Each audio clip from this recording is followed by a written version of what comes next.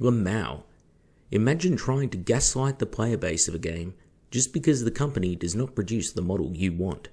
Yeah, Games Workshop has made more than questionable choices when it comes to 30k, e.g. the Night Lancer being marketed as 30k models.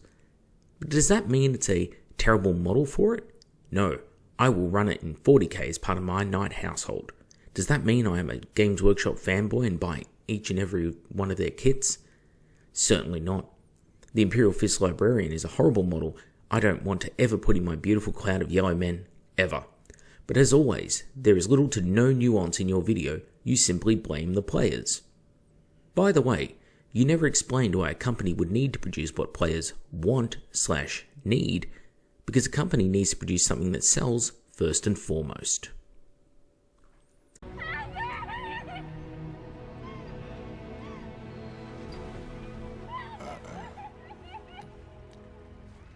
That's bait. G'day guys, Mac with the Outer Circle, and this comment was left on the previous video, and I thought I would talk about it a bit. So, many things to unpack here, which is why I wanted to discuss kind of the rage bait, I guess. I don't know. So, let's just start from the bottom and work our way back. You never explained why a company would need to produce what players want/need, because the company needs to produce something that sells first and foremost. Well, the two are not mutually exclusive. If you produce what people want, they are going to purchase it more likely than if you produce something that they don't want.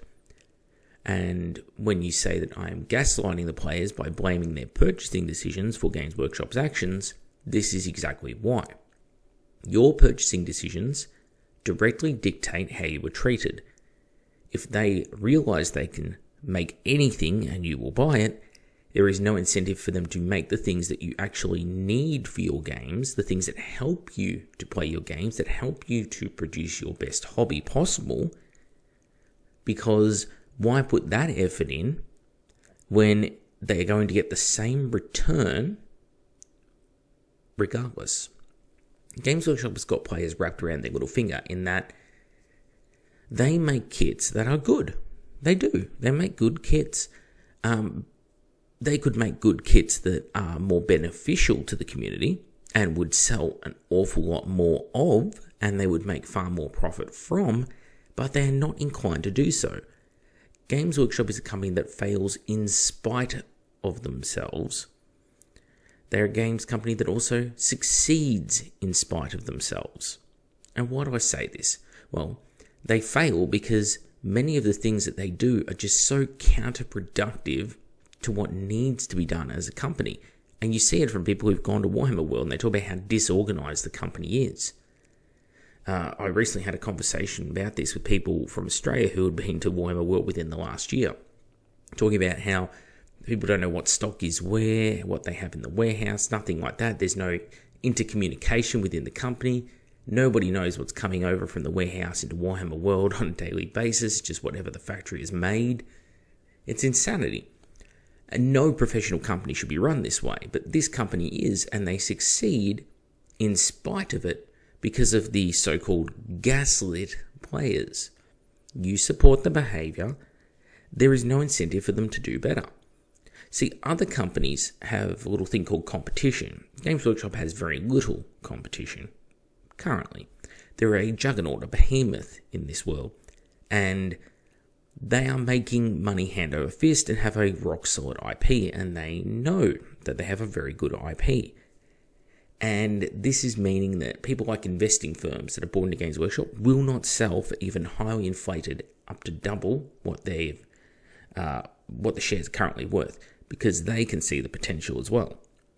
The problem is that the people running it are kind of a disorganized schmozzle. And yet we, the community, we are happy to lap it up. We are happy to pay for it.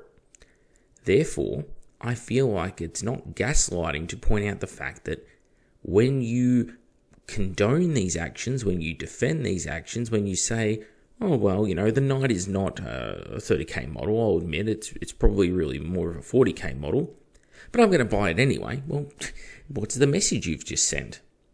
The message you've just sent is this is okay. It's a self-defeating argument. And it's the same with this Imperial Fist Praetor.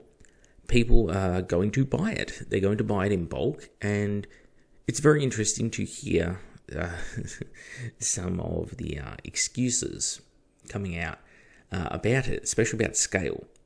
My favourite one was directly from one of the writers' mouths. I won't show the messages here because it was sort of sending confidence. But the word they say was, the old Imperial Fist Praetor, people complained it was too big.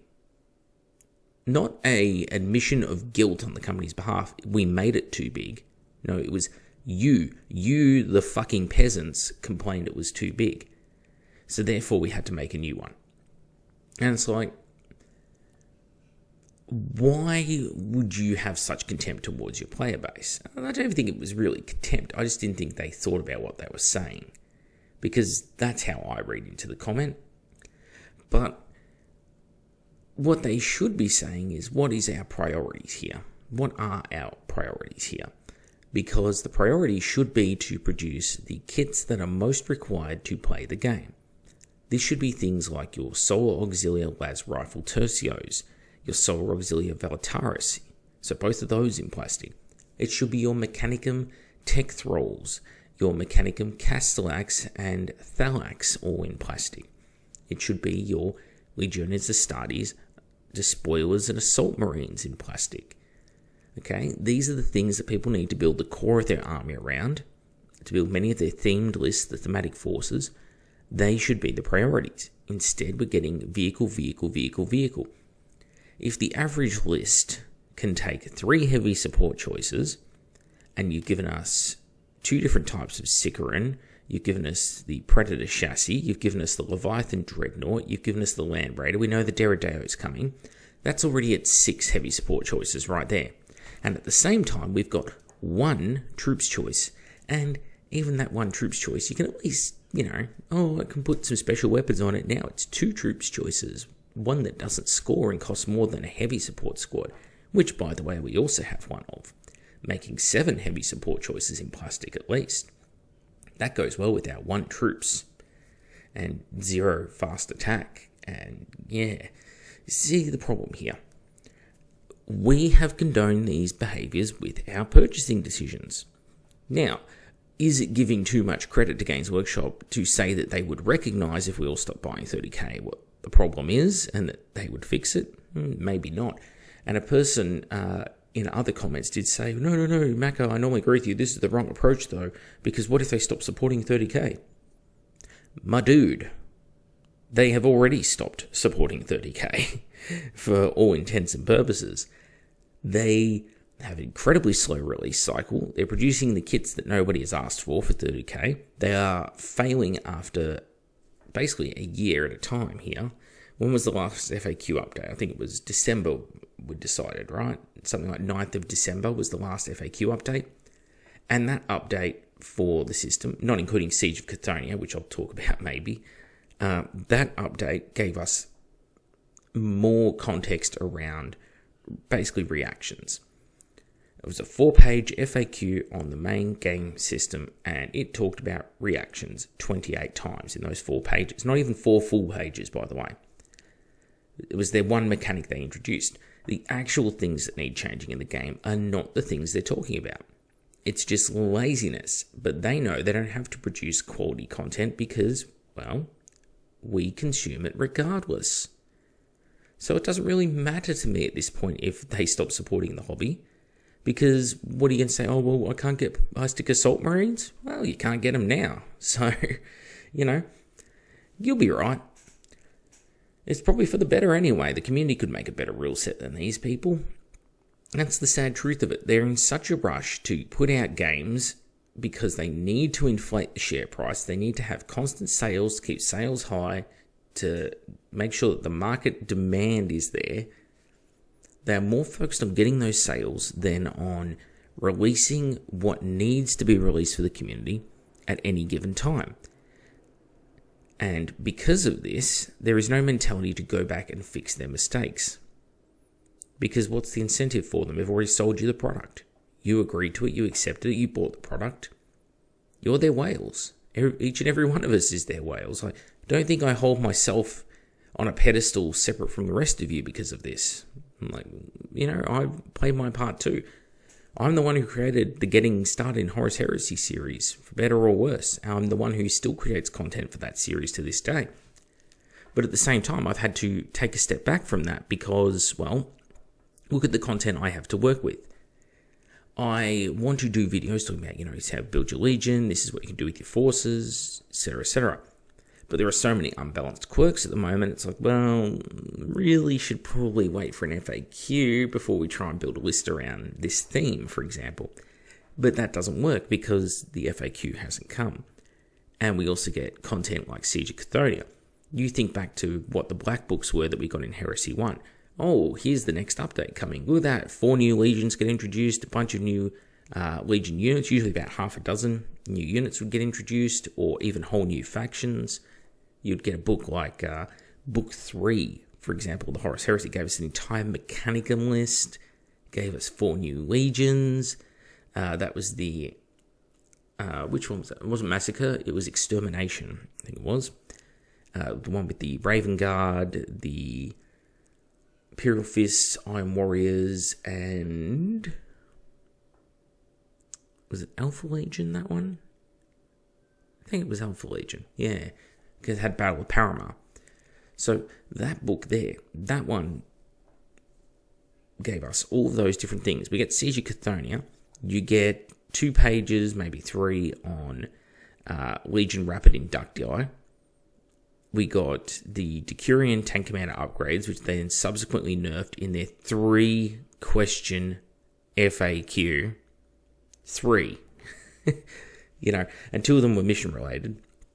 Realistically, it's a joke. It's not gaslighting the community. It's putting the blame squarely where it lies, on the community. The company's actions, okay, they're an inept company who succeeds despite the fact they are terribly run because they are just a juggernaut and people can't help buying things. But it's because people can't help buying things that they are this way. They have no incentive to actually improve. Business as usual is working for them. So yeah, got to blame us. We're responsible, us, the community. And like I said, I hold myself partly to account for this as well. Because I have made purchasing decisions. I've made videos spruiking the content in my own way. And, it's a shame because it's a fantastic game system. Yeah, okay, 2.0 is not anywhere near as good as 1.0 was. The Horus Heresy, I'll die on that pedestal. It's actually a shit game at the moment. But that's comparative to 1.0, which is a really, really good game. But both games are in, the end of 1.0 was in desperate need of an FAQ. The end of 2.0, as it currently lies, is in desperate need of an FAQ. The problem is they're not producing the FAQ. And it would go a long way because what made 1.0 so much better than 2.0 is not that 2.0 is by default a worse system. It's that 2.0 is a system that is not getting the support it needs to rise to the level of 1.0. Because 1.0 had plenty of its own issues. Especially in those early days. Anyway, I'm curious about your thoughts, so leave them in the comments below. I'm back with the Outer Circle. Thank you all for watching, my gaslit little goonies, and I'll see you on the next one.